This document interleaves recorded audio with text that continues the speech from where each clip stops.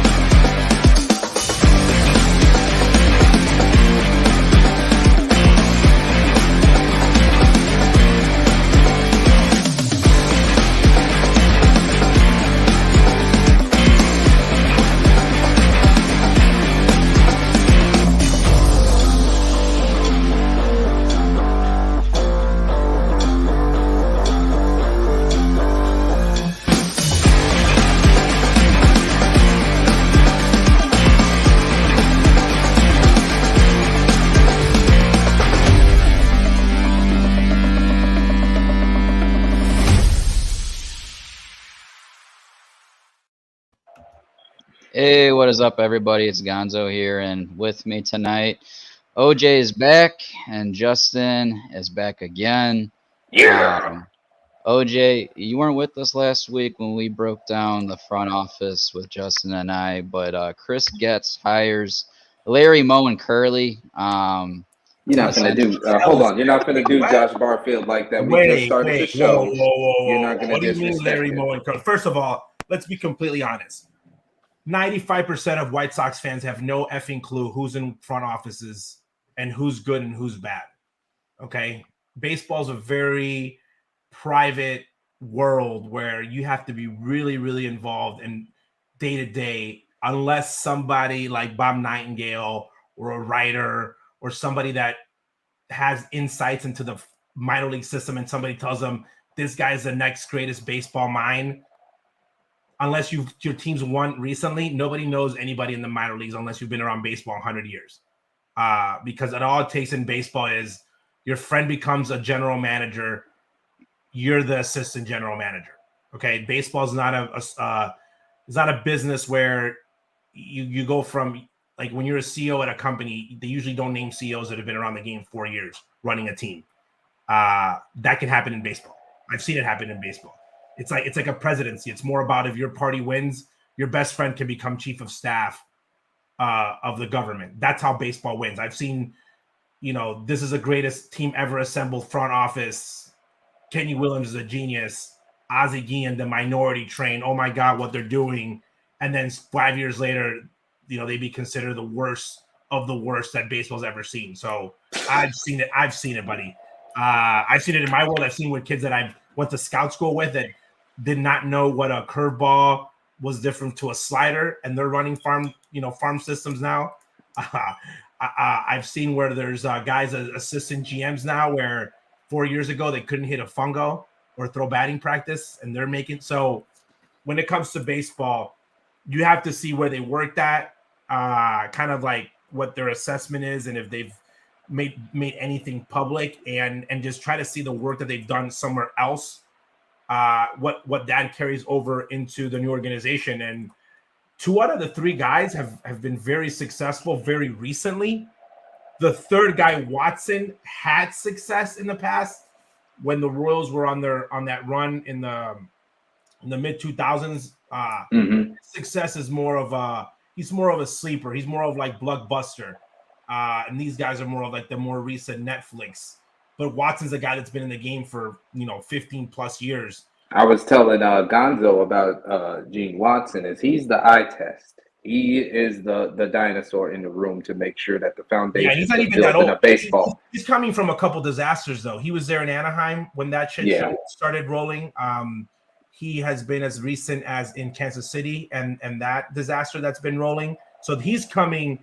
I think he's there. If I was hiring him, and again, I do not know Mr. Watson, don't know anything about him other than what I've seen on paper, never met him, he's there to catch Chris Getz as like, I'm bringing him as like my mentor to more of like, how do I get seasoned in this position? It's like when you bring someone like my bench coach is a guy who managed for 35 years in the big leagues, even though he lost every single season and has no World Series ring. Like, he's just teaching me how to become an MLB guy. That's how I see Watson in this case, on how to make Chris more of a seasoned executive, and like, don't let me make a huge mistake, get taken on a trade, kind of just overviewing everything, budgets probably, because remember, this part of baseball also comes into play.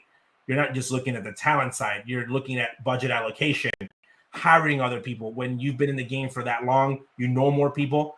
You can bring in a little bit more old school mix of what's going on. I think that's what Watson's there for, kind of like the dad in the room, making sure that everybody does okay. But the other two guys, Mr. Barfield, who's actually from my homeland of Venezuela, in a weird trivia because he was born there, comes from a line of baseball players, obviously, a baseball family. Started scouting very recently, 2016. So he hasn't been scouting for 100 years because he was playing baseball. Goes to scout school in 2016, under the time when White Sox fans are going to get sad about this. I think Tony La Russa was there with Dave Stewart in 2016 with the Diamondbacks. But he stayed the course, and he stayed with the Diamondbacks. And as of 2019, he's been the farm director for the Diamondbacks. And that's 4 years ago when he got that title. And we've seen that in the last 4 years, what the Diamondbacks have been able to put on the field today. You saw it playing against the Chicago White Sox. That was under his time in Arizona. So he's had recent success. Again, former player, in the front office. And then with Bannister, again, a guy that was talking analytics before it was a popular thing. A guy that had has been working on player mechanics and in the forefront of that cutting edge world. Pitched himself, which is something that I really like. Usually guys that are analytical did not pitch at the big league level. Bannister has that, so he's been there, done that. And he's been he's been the pitching director and kind of the pitching guru in San Francisco. And when you look at the pitching that they've developed in San Francisco, he's been building some good, solid rotations. Solid pitching. He's been developing young talent, fixing guys that needed fixing, and he's developed an average to above average pitching core where you're developing players. Again, he's there to develop them. He's the guy that I think brought Katz into San Francisco at the time, who's now the pitching coach in for the Chicago White Sox. But he's a guy that knows pitching. So he's had success with San Francisco, maybe not in World Series rings, but when you look at the players that he's worked, that they were under his tutelage in development, he's in the top 10 teams in baseball from a pitching standpoint of arms that they've developed in kind of like their minor league system. So compared to what was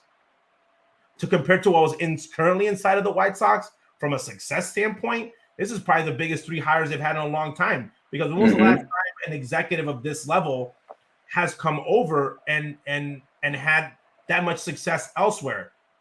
Pedro Grifol had more success as a front office guy than he had as a manager, yet he came into the position to be a field manager more than a front office guy. His success that he had in Seattle in his run. But other than I can't think about a name in the front office that came in and said, oh, that guy used to be with this team. We really hadn't had that.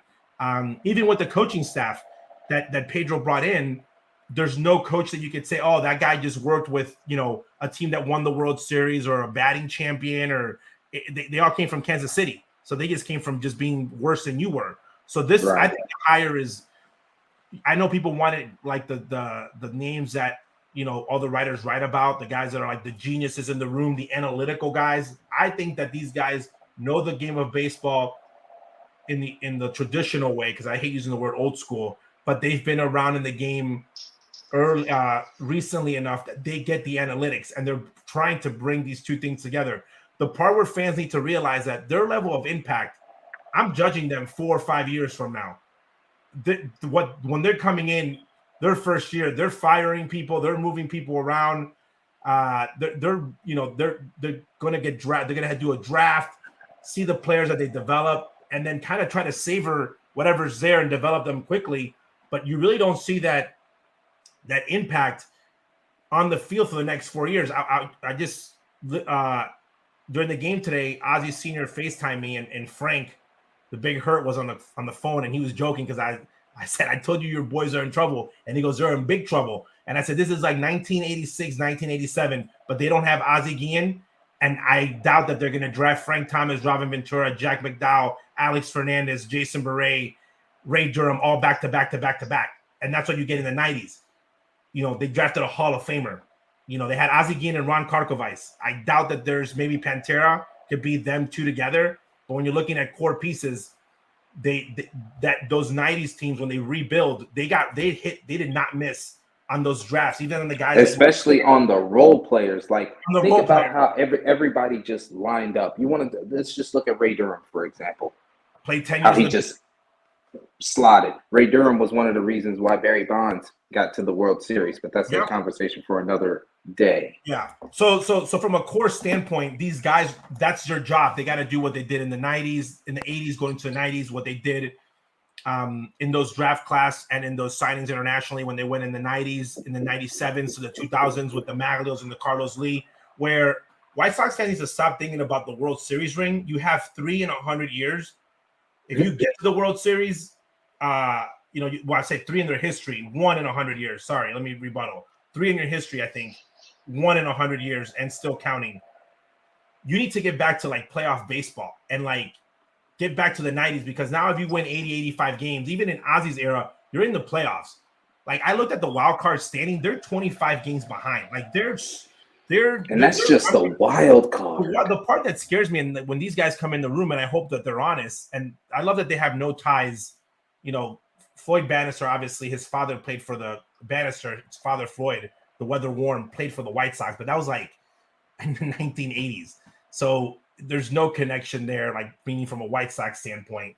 So fans wanted to, like, I guess when you've been around the game enough, you can play 6 degrees of Kevin Bacon with anybody in baseball. But I hope that they're honest with themselves when they're looking at the run differential and they're saying, we're going to be back next year. And you're like, you're not minus 14 runs.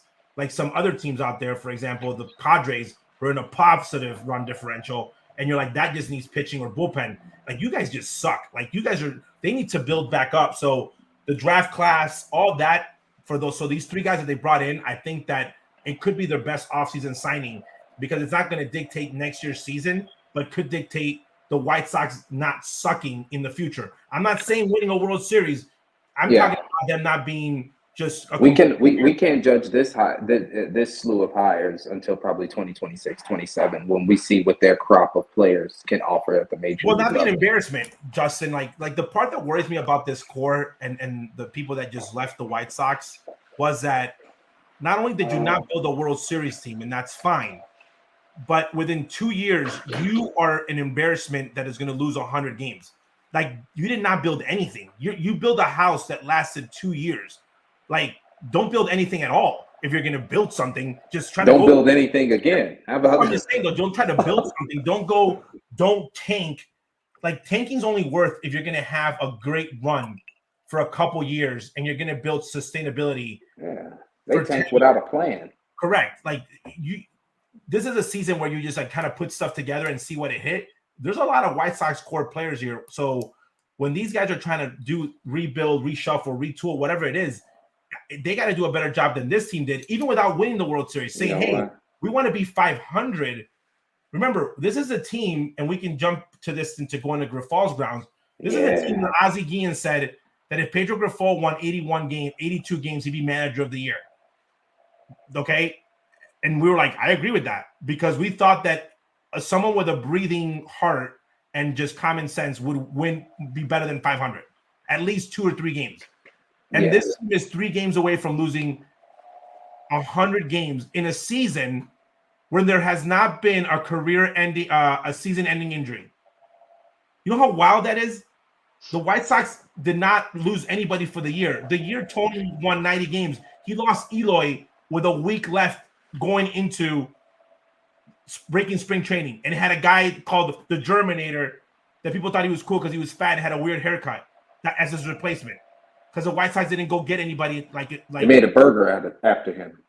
That's what I'm saying. That's what I'm saying, though. Like, if most front offices, you're that close to the window, because now I do like real deep analysis. You go get someone to replace Eloy. They put their money on the Germinator, which worked out perfectly. The guy couldn't have done any much better for those months, but they literally bet on a guy that had no big league experience to be the dude. And it worked out for them. So they were doing gangster things back then. Then now you look back and saying, like, if you're that close to winning, wouldn't you just go get an outfielder to replace Eloy when they just told you that half his pec is torn off and he's not coming in X amount of months? And you already know he's going to DH going forward because correct. you don't even want him in the field. So that's what I mean, like replacements like that, where you're looking at players and you're saying, like, if somebody goes down on a team where it's your window, you go and replace them. And those are the mistakes that when I'm looking at the previous regime to this regime and Chris Getz, I'm not judging him on World Series rings until he gets at least to the point where you're at a level where I can talk about that. I'm judging you on simple things of, are you building a roster that makes sense? Not a roster with 6 first basemen that don't have speed and, literally all do the same thing. A roster where there's no right fielder for the last 6 years. Okay. A bullpen that's worth more than your starting staff. We don't know if the 3 top pitchers in the team are going to be relievers or starters. Like, those are the things where I want Bannister to be honest, to walk in there day one and be like, this is what we're doing with Crochet. This is what we're doing with Kopech, and stick with it. Not have this like, well, if he pitches 2 good games, Grifol wants him to start. Oh, he pitched one bad game.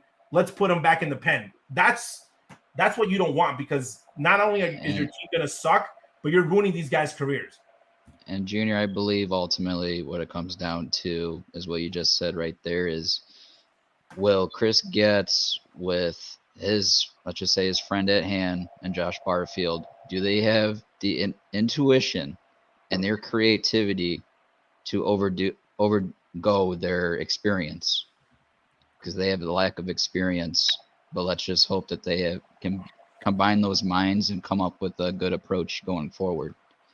Back to 500. Back to 500. Yeah. Just back to 500 in the rebuilding mode, and then from there going. I think if they go in and saying we want to build a World Series champion, it's like saying like you want to go to the moon, yet you've never left the state. And that's going to be a tall task to where they're at right now, which is going to lead to our biggest mistake. This is Grifol's grounds.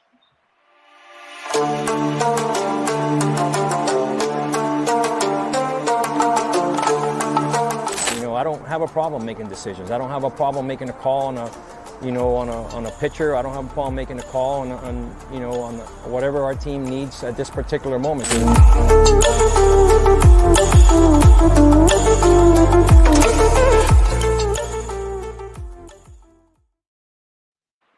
Oh man, goddamn, Gonzo, you set that up like it was an unplanned managerial hire. This is Grifol's grounds, and I just want to take a second to dive into this. Now, I know this is going to be an unpopular take, but I'm ready to die on this hill. Already got my will written out. The biggest mistake our front office made at the deadline was not capitalizing on the value of Luis Robert. Now, when you break his numbers down and you put him next to a guy like Jake Berger, who profiles just like Luis Robert, except with a little bit less speed and a lot less more Gold Glove potential, in 546 at-bats, Luis Robert has 144 hits, and 470 at-bats, Jake Berger has 118 hits. Luis Robert at 38 homers, 80 RBIs. Jake Berger's at 34, 79 RBIs. Luis Robert has 30 walks. Jake Berger has 32 walks. 172 Ks for Luis Robert, 143 for Jake Berger. Now, this is where it gets tricky for me, because you see the talent and the value in Luis Robert's contract, and you're like, hey, if I could just add X, Y, and Z around him, maybe I could get more production from his spot and somebody else's. Well, the problem is, even if you add to the lineup, Luis Robert is batting sub 250 with runners in scoring position. So even if you add help to the lineup, he's still a liability with guys on base. Most of his home runs are, let's just say, of the solo variety. I said all of that to say this. There is the same amount of offensive value in Jake Berger's bat as Luis Robert's. Now, I understand that Luis Robert is a top 3 center fielder, but at the same time, you can be in a position to get another Luis Robert year next year and be in the same position. Jake Berger has provided necessary offensive sustenance from a position of need at third base. And I understand, I want to see Yohan Moncada retire, and I know we can't get rid of his contract. But in that same breath, you're going to go cheap and you're going to need some right-handed OPS. Why do you move on from Jake Berger? Why don't you capitalize on Luis Roberts' value? You're never going to win a World Series with Luis Robert on your roster. Never. Wow, that's deep. How funny would it be if we see that anybody from the former front office ends up working for the Marlins in the next like 2 or 3 years? Kim Ng and Rick Hahn in the NLCS in 2025 will break my fucking spine. I think that they're playing their hearts out right now. I love Jake Berger. I really do. I want to give Jake more than 1 year. The reason that I will bet for Jake Berger is because I think that his work ethic and his mental game will outperform other people, and he is getting good at what he is good at. He's not trying to become a good singles hitter. And I think that he has built that if he makes contact with the ball's going to go far. He's just a natural power hitter. And again, I think he's going to get better at third base and from a value standpoint. So when we're talking about, and this is going back to the front office, one of the things that they need to do in the first meeting when they talk, in my opinion, again, this is just mine from an educated guess and being around the game, and what I would do if I was, a part of the front office is they need to have a conversation around two players, and those players are Luis Robert and Dylan Cease, okay? The two best players on the offensive side and the defensive side. And this is a conversation without marketing in the room when they're telling people we're going to win, okay? If they win in 2024, it's an effing miracle. That's my dad could be the manager, my mom could be the bench coach, my brother could be, on the team, and I would be like in a family dinner, I would be like, you guys are full of, you know what? If you guys think you guys are making the playoffs next year, that's just damn. I'm just being honest. And this was a fear that we had if Ozzie Sr. got the job. When you know so much about baseball, you know what you're getting yourself into, good or bad. Yeah, that's true. Really bad. So when you're looking at Robert's contract, which by the way might end up being the best contract that Rick Hahn did sign in his time with the White Sox, okay? Because when you look at the number of the value of each season that he has, there's 3 years of him that you have to pay him, okay? Which is only till 2026. So 2027 and 2028, you have two club options, and that's when he gets to like the 22 million, like the 20 plus $1 billion. If in the next 2 years he doesn't perform offensively, okay, he's still young enough that you can move him. And if he does perform, you ride that out and either sell at the highest value, or your project that you're trying to put together right now, your time scale has either worked super well and super fast, and he is now the core player, still one of the core players in that team that is ready to compete into an early playoff run, and you think about extension later on, or you move him to complete the package of the future run that you need. You might need a pitcher or a position player, and Luis Robert brings you that in return. That is a longer term run because you have a 3-year window. With Cease, that window is shortened. If this front office can learn something from the previous front office, was the previous front office let players lose value and not get anything in return for them. Abreu, Giolito, just every player that they would trade him too late. Chris Sale, 1 season too late. They never traded them at the right moment to get the value that they needed. And they would always trade them in the downside and never get something in return, which should have been their true value. So they need to realize and say, are we signing these guys for a long-term deal? That would be the situation with Cease. Or are we going to keep Robert as long as we can so his value does go up and we get some production from someone? But don't you run the risk of like his injury history still scares? Well, he's injured, but you already signed him, so he could be like the Ohtani of the team. He could be the guy who drives in 100 runs and hits 45 home runs, and White Sox fans are like, "Oh my God, he's the greatest player ever!" And you suck on this team. You can have superstars in baseball teams and lose 100 games. He can win the MVP and be in a last place team. That's what people don't realize. You could be Cease can go next year and be Andre Dawson. I'm just saying though, Cease can go next year and be a Cy Young, and the Sox lose 95 plus games. It's going to be more exciting to watch because every 5 days you're like, well, at least we got Cease going on the mound, and you kind of just put your whole season on that one player. But fans don't get this. This is not the NBA where you can get 1 or 2 players, and this is just happening. The same thing with the Bears. Same thing. It's like the same disease on 2 sides of town. Well, we got Justin Fields. Yes, he can't throw and pass the ball to himself and block. Oh yeah, we got Luis Robert. Oh great, who's playing short, second, third, first? That's a team sport when you have to have many players. Basketball is easy. You get two guys, hope they don't get hurt. You have a better chance than other teams. Baseball and other sports like baseball, football, you have to literally build the team, get the right coaches, get the right culture. It takes time. You're just not going to turn it on and off. So these guys, Pedro Grifol, everyone thinks he should get fired because he's not good at his job. That means Luis Robert would have had 4 managers. Okay, he almost has as many managers as he has years in the big leagues. Andrew Vaughn is the third one.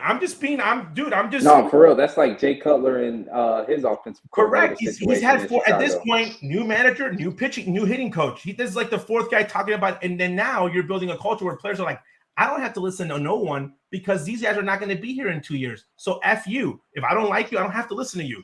So that's all these things that they're battling within internally. But those conversations, like Grifol saying, hey, are we going to win next year? Are we not? Like, really be honest and say, what's the development, what we need? Like, what do we need from Luis Robert? Like, next year, like, are we going with Corey Lee? Like, are we thinking that we're going to draft? That's when, like, these minds have to go to work and say, hey, in the next draft class from 2 years, there's, like, these couple guys that we might be in the pick for, like, catcher. And those are the guys that we're projecting. So, like, they really have to do their homework because, number one, I don't think they're going to go out and spend $200 million and sign guys.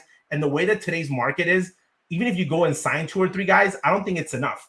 To be honest, in the situation that they're in and how in the bottom of the barrel they're at. So I think that with Robert, they really need to I think he'll be here in the long run, but I think that they write out those 3-year contracts that he has and then see if they move him or re-sign him, when he hits the age of 30 for some like team-friendly deal and kind of let him like ride out to the sunset with the Sox. But let me ask you guys this. Do you think there's a high possibility that this is the best Luis Robert we've ever seen? This is the healthiest and most power he's shown. I think that it could be repeated. I really do. I think that he's a 40 home run guy. If healthy, I think that this is who you get. A guy that's in the conversations for an MVP. Like he's a top 10 player in the league, just like what I believe in Cease was because last year he was a top 10 pitcher. So I think that Cease could get back to that because I've seen him do it. So if you do it a couple years in a row, now you become that dude. It's the reason why I always believed in Jose Abreu because he was a guy that was 130 until he wasn't that guy, which he is not now. Then you don't go against him. Here's the thing: you can have Andrew Vaughn on your roster, you can have Corey Lee, but that does not mean you cannot have Moncada. You cannot have Moncada, Colas, and Vaughn. You got to have somebody at third base that hits the home runs that first base might not, and then somebody in right field. So you can build your team as you see. You just got to have somebody to compensate the production. You got to have somebody to compensate that. Like Ozzie Guillen, they didn't have to worry about him going deep or anything. Why? Well, Frank Thomas was his first baseman. Robin Ventura was the third baseman. So Ozzie hitting 275 was like a plus with Ozzie and Carco. But they made up for Frank's defense because that wasn't great. So you always have to complement, pitching, bullpen, offense, defense, speed. You're not going to have everything at 100%. So it's like, how do you lay it all out while being smart with your money? And, again, I think that baseball fans now are just that much smarter. They have social media. You have people like us talking about the team. Back in the 1970s and 80s, there was 2 newspapers, 1 game after the show, and publicly people couldn't share their outrage. Now we're better versed than probably half the guys that are getting paid to do this day to day. Like legitimately, we're more honest. So it's harder for teams because we're on them. We're like, that's a BS move. We have a segment right now called Grifol's Grounds. Like when we started here, I thought Pedro Grifol, from what I had heard, okay, just like Barfield, just like Bannister, just like Mr. Watson, everyone that I talked to in baseball is telling me great things about these guys and their minds. I look at their resume. They've done the job before. I don't know how good they're going to be. I don't know how good the results are going to be. But people that I trust are saying this guy's going to be good. When Pedro took the job, people had a lot of opinions about his personality, which, again, it could be whatever. There's been managers that have won with horrible personalities. But they said he knows enough about the game that it's not going to be a problem. Okay, so that's why I was like, well, it's not going to be that bad. He's not going to be a hinder to the development of this team. this many months into the season with 1 week left of the team, he is not lived up to that expectation. I think he's a hinder to the development of the team. I really do. I think that him at the helm is a problem to the development of the team. I think his coaching staff is a problem to the development of the team, especially on the offensive side of the baseball. I don't think he's done anything. This team has not shown anything that says Pedro Grifol knows what he's doing. And I never said that about Rick Renteria in the rebuilding years. I always used to say that Rick Renteria was too soft on the players and that might bite him in the ass at the end. But Pedro has done nothing at all in the year that I can say, wow, that's a bright light. The only thing, benching Pantera. That's it. No, but I'm talking about from pregame conversation, post-game interviews, talking about current players, talking about former players. This is the greatest game in White Sox history. This is the greatest game talking about this guy's not going to be a bullpen guy. Next day he's a bullpen guy. It's just the whole matchup, lineup construction. This is the guy that hit Berger 8 for like 2 months. We had to fight to get Berger in the lineup. Right. So from a standpoint of people are going to say it's a hate, like I don't even like comparing him to other guys that we're going to manage because, for example, when you compare him to Ozzie, like Ozzie won a World Series, got 794 wins, 500 of those were with the White Sox. Like Ozzie passed out would have been a better choice in-game management. Tony La Russa half asleep was a better in-game management. You know, Tony, if I got interviewed and I was Tony, I would be like, guys, me half asleep, I'm a better manager than this guy fully awake and his whole staff. Like that's what people don't get. So that's just sad, man. It is, but that's what they need to start looking at because when they talk to us, Justin, and this is the part where I get mad. I don't get so mad with the White Sox as much as I do like with the Bears because I'm more of like a fanatic with the Bears. They think that we're not watching the games. Like, do you think that do you not respect at least the knowledge as a fan? Like, I'm watching this car crash and you're telling me that we're going to compete next year and there's no bright spots. Like, you can't even rely on Cease and say, oh, we got a Cy Young right now. Like, I'm hoping for Cease to have a bounce back year. Like before we get to Cease, to answer your question, Justin, I'm actually at that point now where I've seen more Robert injured. I wish I would have seen this breakout come, a year sooner, so I have something more to rely on. Because I'm at that point where we're about to get into the internal look at the 24 roster. But I'm at that moment right now where if I'm Chris Getz, I'm aggressively pushing Luis Robert at the trade, off-season deadline here in December. He's at the table. He's at the table. And I want to see what I can get for him with how that contract is set up. There's going to be a lot of value there with the amount of holes we have to fill. I want to see Chris Getz aggressive because that's one name last trade deadline with Rick Hahn.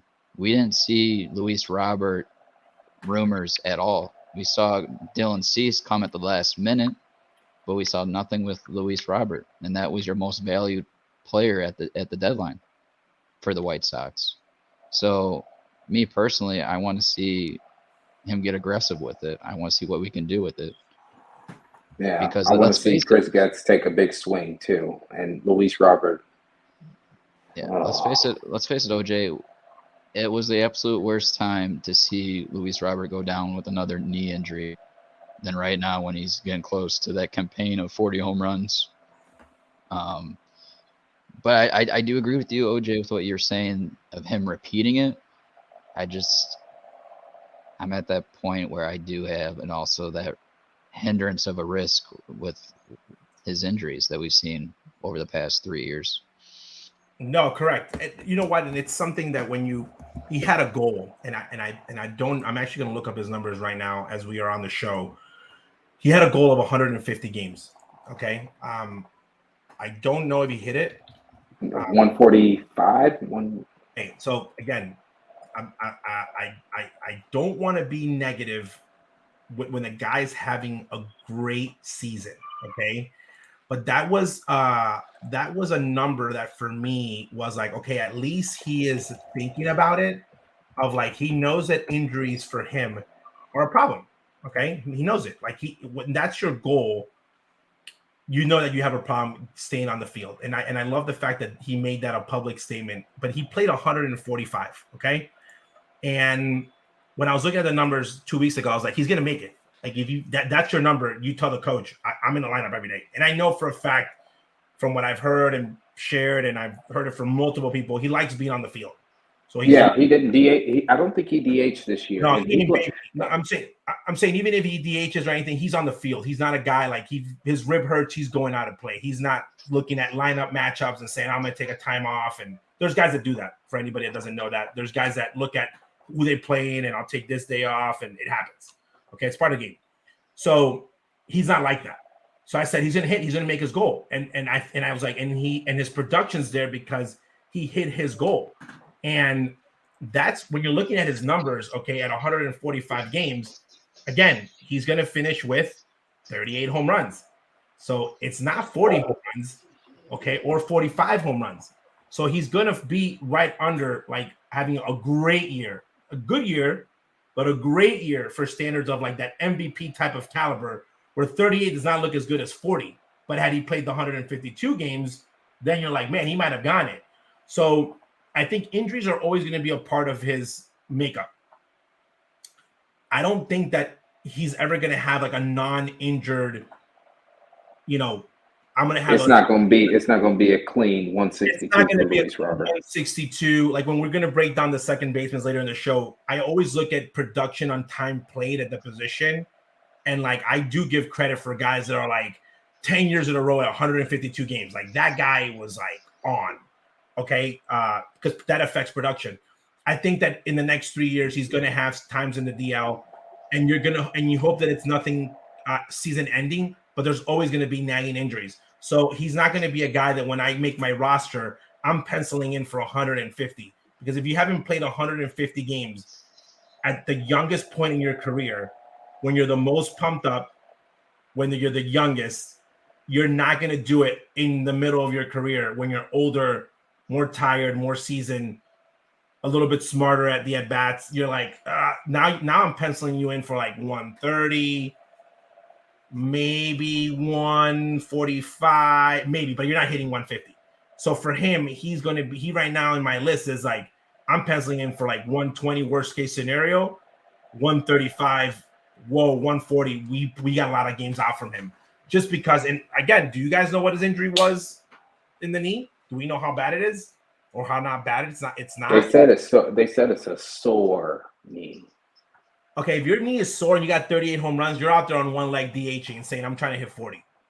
Yeah, exactly. I saw that it was a MCL strain.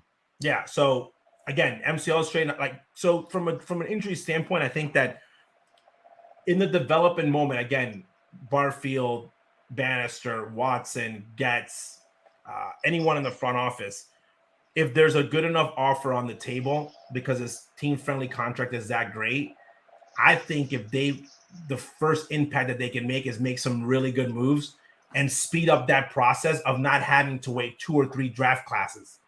Yeah. Because now you might make some moves because again, these guys have been working these drafts and these development for the last 4 or 5 years. So they might be able to make a deal with a team where the guy that you thought was even better than the guy that your own team drafted and say, I want this guy. And now your development, it gets a lot quicker. We know going into 04 without Robert into 2024 that it's not going to be a season where we're going to be 500, but we're looking at the development. And that's a quicker rebuild, meaning quicker to the goal than having guys that are getting older and then you start adding younger players.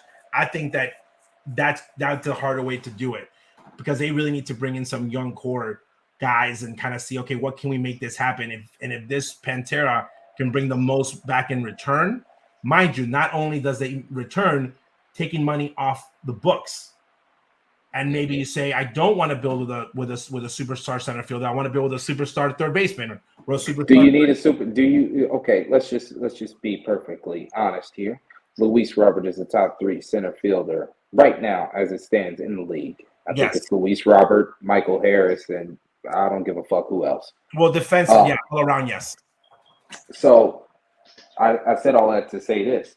I think the White Sox can replace Luis Robert, and I'm going to tell you why.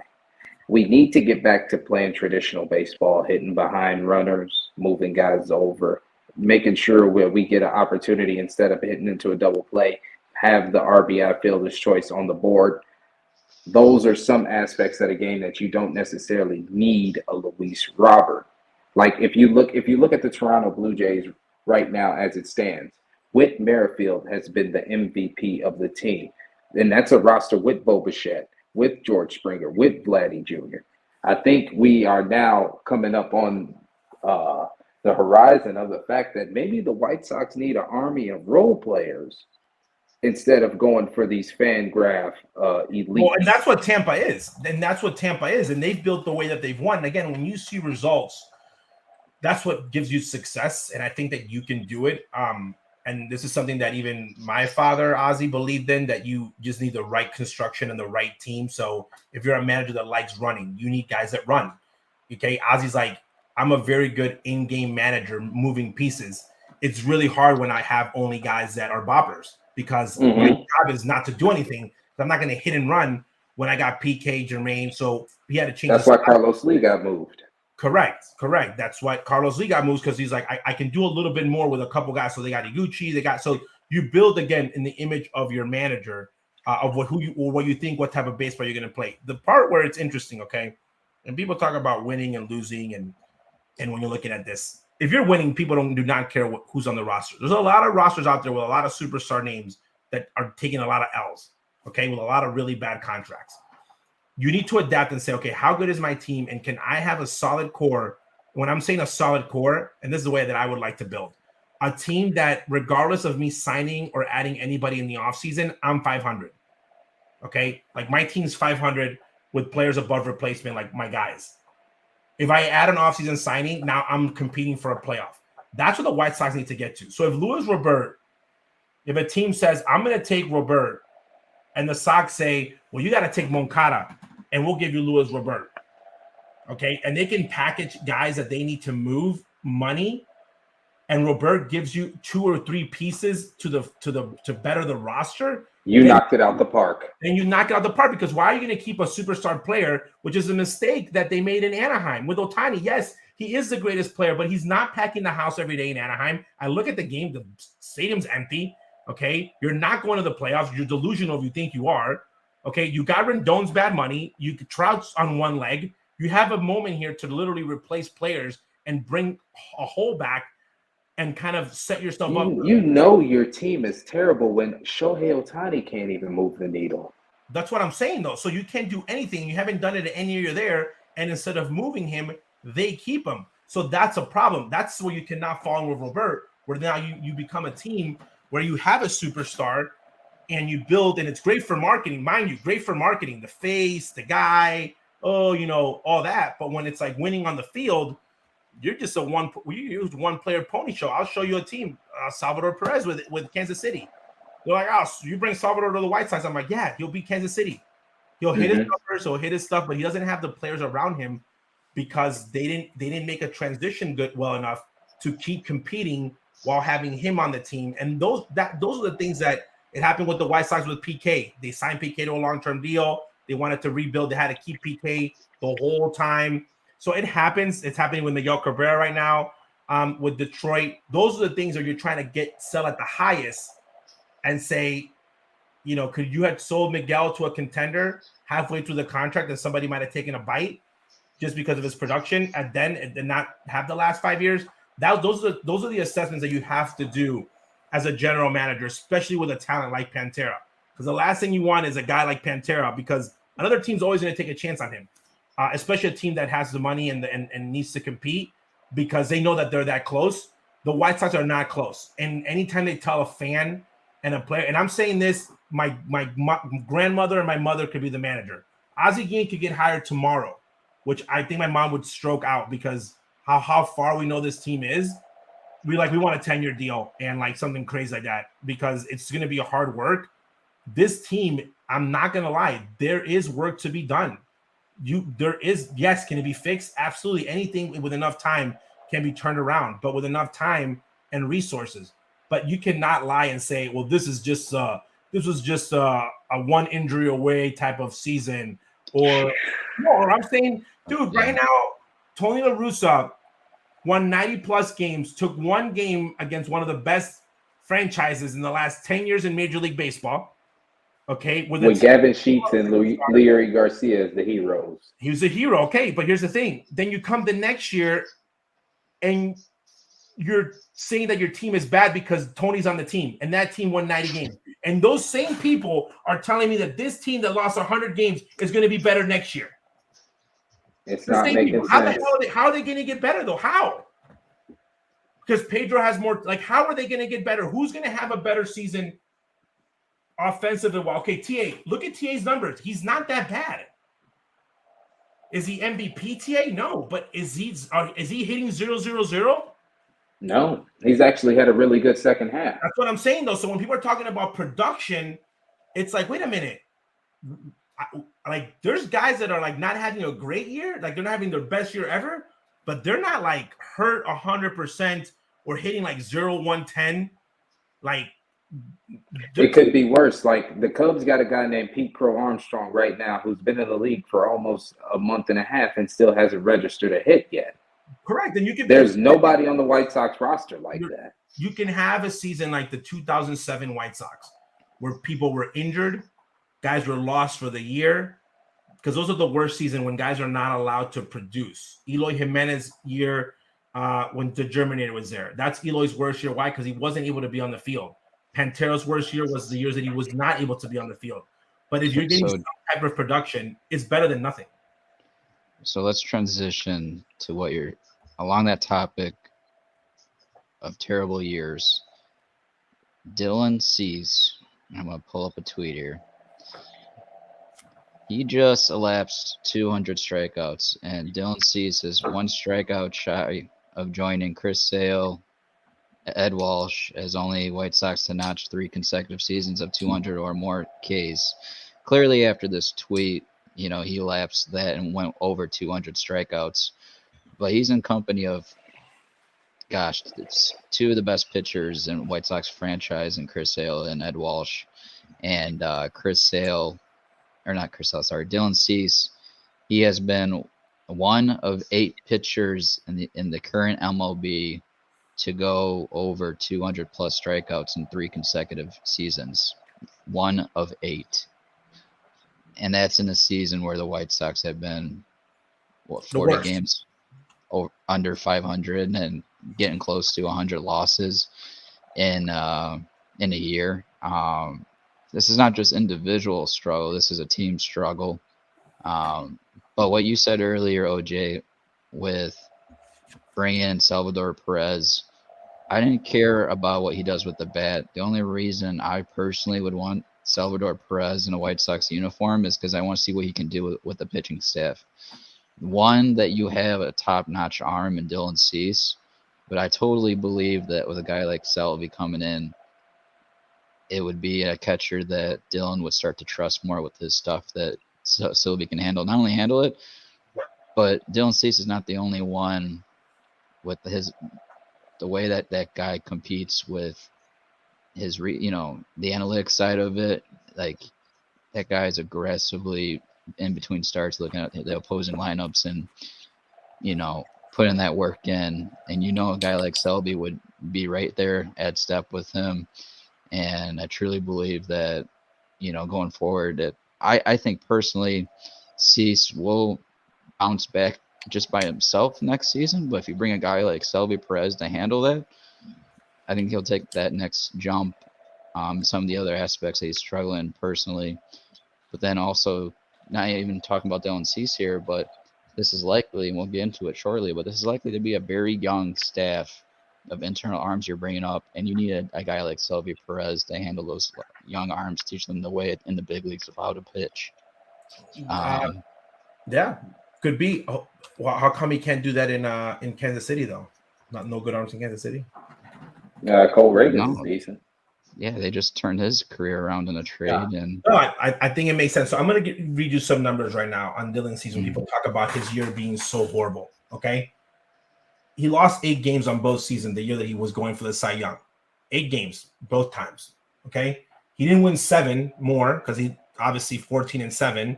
So different 7 games, but your team sucks. Okay, So a lot of those games that he probably won into 2022 were games that were outslugged and you got more wins. The big difference is the ERA, 2.20 to 4.66. Okay, with the fib, literally almost a couple degrees, there's a difference of almost a whole point there. So 32 starts, three seasons with 32 starts, amazing.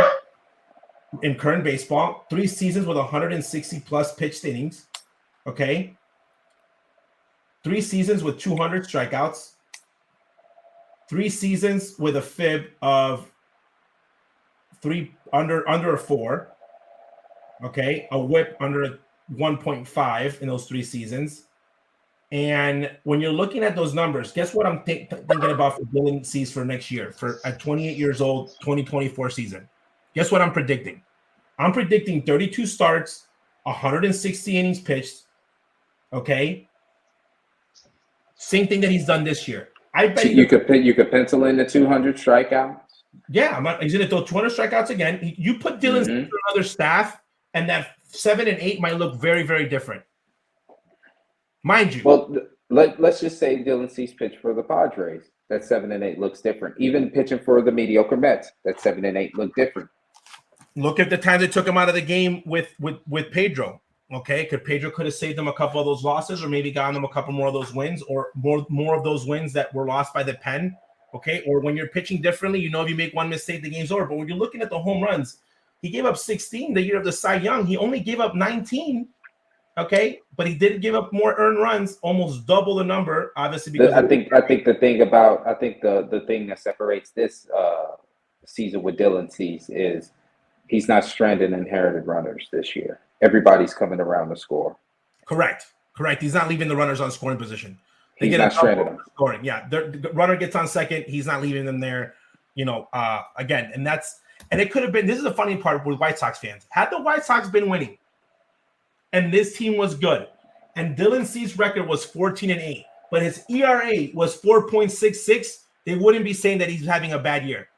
Nope. They would be talking. They'd be talking. He'd be Spencer Strider. Even though he was getting lit up, double the earned runs from the year that he won the Cy Young. People would be saying he's doing amazing. He's pitching great because his team is doing great and they're giving him run support. Even though, and this is coming from analytical.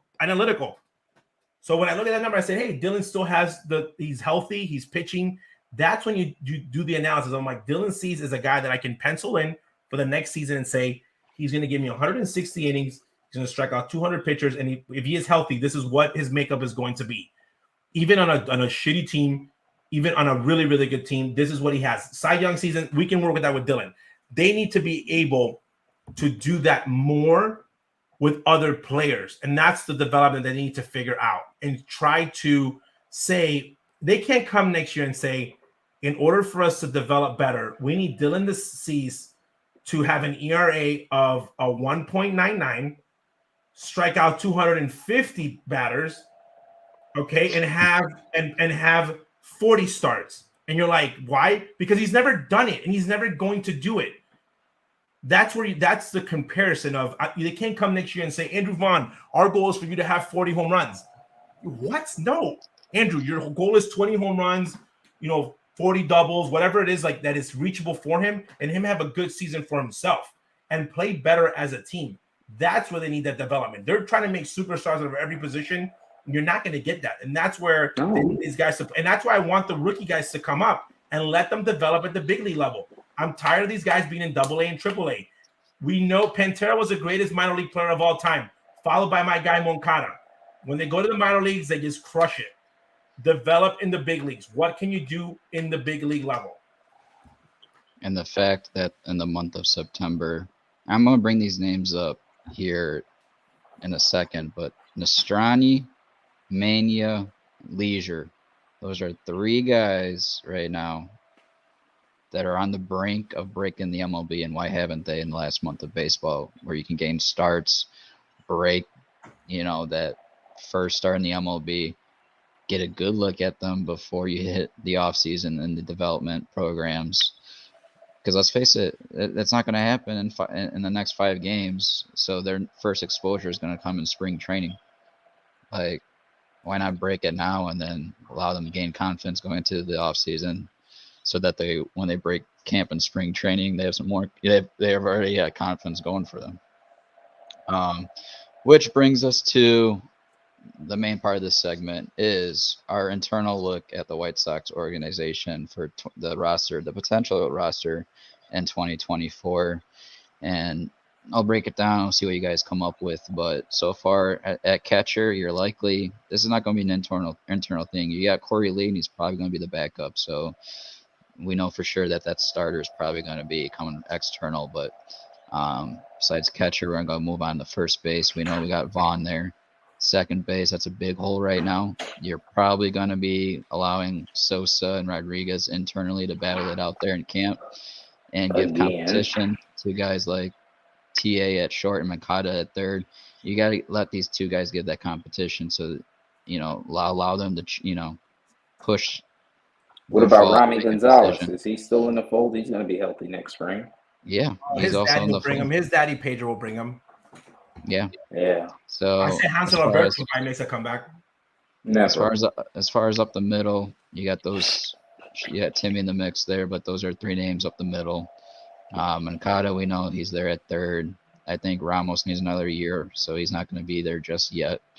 So right away, that's your middle of the infield. DH, personally, I hope that we trade Eloy with the durability and get some assets back. Would have loved to have Berger still here to fill that role, but he's not. So you're going to have to look to see if you're actually going to keep Eloy at DH or if you're going to bring someone else in this offseason. But again, that's not going to be internal. So right away, looking at the infield, you only have Corey Lee as a backup and Sosa and Rodriguez up the middle for your infielders internal wise.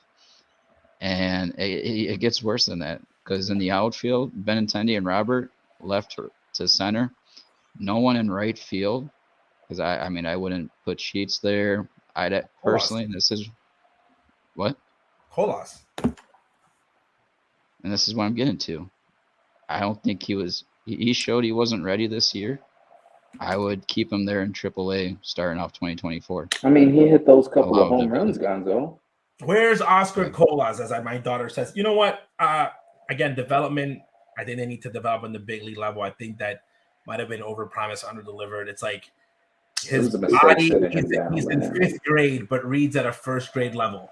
His body tells you that he's big league ready, but he hits at a single A level. Is like, like that's legitly what you're having here right now of like, yeah, everything tells you that he is MLB ready except his batting. Oh, it's his number one tool. Okay. Is it ever going to be big league ready? That's a big jump, man. That's a big jump. AAA to the big leagues is a big jump. It's a big adjustment. It takes time. It takes years. There's players that have developed later in their careers, 4 or 5 years in. There's guys that have been used as platoon. I'll give you 2 examples. Like one of them is going to sound bad because he's having just a horrible last 2 years. Javi Baez in his development with the Cubs was part-time player, not an everyday starter, kind of sprinkled in. Jorge Soler, Kyle, and now, they've had big league careers. The White Sox have been a team that they just love putting rookies out there to play from day one, and it didn't work out for them in right field. I don't care what you tell me. If you start anyone in right field with MLB experience over Oscar Colas, your team is better in April. Kadire, what's his name? Not Kadire. I just went old school. Kepler. Any of like you could have brought anybody in like any old school guy in retirement and brought him in. But I was thinking about Conforto, for example. And those are the situations where that new head trust of especially Barfield of saying, hey, this is where we really need to focus and really hone in and say, hey, we need to have, you can't be in a situation where now it's a little bit better where you don't have any catching prospects. Okay. When there's a couple years ago when there was only Zach Collins and once he didn't work out, you got guys in the big leagues that you never thought you'd see in the big leagues getting that many at bats. That's the reality of it. And then when you go spend wisely, but it's going to be interesting because I want to see how this front office handles it. again, I cannot take it from what the manager says because he is so full of it that I literally think he's making things up. Like, I don't think that half of the stuff that he says is either true or that anybody told him. He's just out there just talking because he likes to hear himself talk. And it's not even anything. He talks like I would say like Sparky Anderson or Tony La Russa would talk, a guy that he's had so much success that we need to shut the F up and listen to him talk. And this is a guy that you're going to like we got to take what he says just off. Yeah, like when Tony used to talk and people used to be like, why are you guys so up, Tony? Like, the guy's got that many rings. Like Bruce Bochy can sit there and you're like, yeah, like it's like when I argue baseball with Ozzy. Any argument with Ozzy that I have, even though I know I might be right from a number standpoint, he always can trump me and say like, well, how long have you been in? Like he can always drop that card because of his credentials, just like I can do with him in other things in other fields. But with this manager, he thinks that he's always right, and you're like, and you're in your seat saying, who the F are you? Like you have had zero success as in the position that you're currently in now. You've had success or nowhere. Even as a coach, you can't say, "Oh, I was this coach for this guy, and we won 25 World Series." And like Joe Madden, was the Anaheim bench coach for like 15 years, and he had all this success before he managed. This guy does not have that. So when you're portraying that, and they talk about culture, it's like, who's bringing in the culture? Like, what culture is this? You can't just open up the book and say culture. Like, who are you? Where are you bringing it from? Where is it coming from?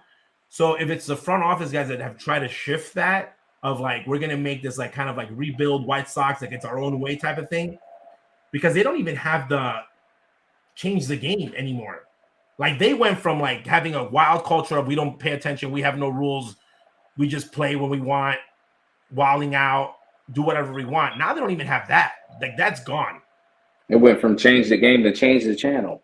No, I'm just saying, like, they don't even have that. Like, you look at guys, like, you look at TA playing, it's like a complete different person after the knockout. He's still a good player, but the swag's like, he ain't flipping bats and, doing the thing. He's doing his own different thing, which is great. It's fine. Whatever makes him happy. Moncada's a whole, like, you look at the demeanor of the players, and it's not what it used to be.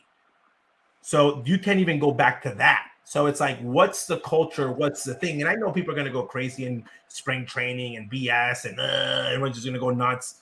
Like they did last one. This is not going to be last year where we were naive and they cannot have a press conference where the manager drops words. Like, go literally, if you're bored tonight, can't go to bed, watch the White Sox press conference. Like legitimately, just when you're at home, watch it. Just watch it.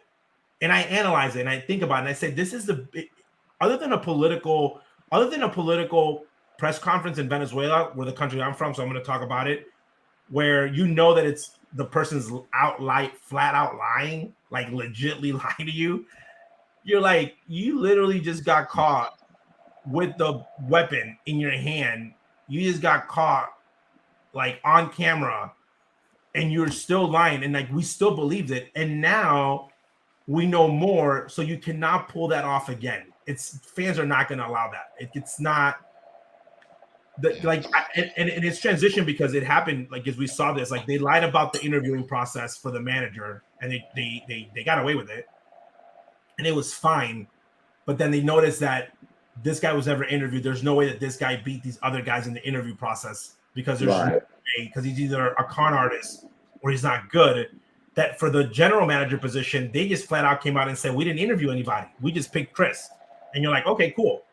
So I'm assuming that for the Bannister and these guys is hiring, they didn't really interview anybody else. They basically went to the guys that they wanted and said, hey, do you want to come work for the White Sox? This is how much money we got. So it wasn't like let's have I don't think people were lining up and saying, hey, we're going to go there. They probably had to overpay. They had to bring guys where their careers needed to shift, which is great. But moving forward, like in this offseason, I'm not expecting anything different. I'm not expecting them to, if they're going to look for a right fielder, they're going to go look for the right fielder they can afford. They're not going to go look for the right fielder they should get. They're not trying to have debate with players, and they're in a position of none where they can't basically have any leverage. Which the position players, out of the position players, there's 3 spots they're going to need to fill, and that would be catcher, right fielder, and the backup outfielder. I was gonna say we don't have a backup center fielder, and that's the most vulnerable part of the. No, Bring him We don't back. deserve. We Bring don't him. deserve We don't deserve Larry Larry. Garcia. The greatest We don't home deserve run. him. This is, by the way, clip it. 105. Clip it. The greatest home run in the window was Larry Garcia going deep in the playoffs in the blackout game in the last playoff appearance. That's the biggest home run in the window history. That's sick. No, that's it. Larry's home run is the biggest home. It's not the little Iowa game where they played where the play with the uniform. It's not that. It's not the bat. No, Larry Garcia's home run in the playoffs to take the lead and win against Houston in the blackout game 2.0 was the greatest home run in the window in that era. And it wasn't even hit by any of the core members of the window. And really quickly, I'm going to go on the opposite side to the pitching staff here. To summarize this, you're looking at Cease, and if they pick up the mutual option, which is most likely because of how political the league is right now with Clevenger, you're likely going to have Clevenger. So Cease and Clevenger are 2. Then you have 3 spots, and I brought up Nostrani and Manuel Leisure. Yeah, ideal world, you'd love to see your rotation filled out, but realistically, I'd imagine Nostrani's probably the best of the 3 to get one of those spots. So you got 3, and then more than likely you got 2 spots to fill in free agency. And that's 5 of 13 right there. And then you go to the bullpen, and with right-handed pitchers, I'm looking at Kopech, Cronin, Burke. I think Burke and Thompson are just realistic names, but again, we'll see how that shapes. But left-handers, you got Crochet, Jake Eder, and Kai Bush from the Giolito trade, and Eder from the Berger trade. So those are the 3 lefties coming out of the bullpen. I mean, with the pitching staff going into next year, I'm interested to see David Garcia and Luis Patino, because if you look at Patino and his run with the White Sox this season, it's been absolute trash. He's been dog shit. And I know for a fact he is not that bad. I can bet my bottom dollar Luis Patino is not as bad as he looked in a White Sox uniform right now. I cannot wait for him to turn the page next year. Yeah, but there's a reason why Tampa let him go. So Tampa let Carl Crawford go and Longoria.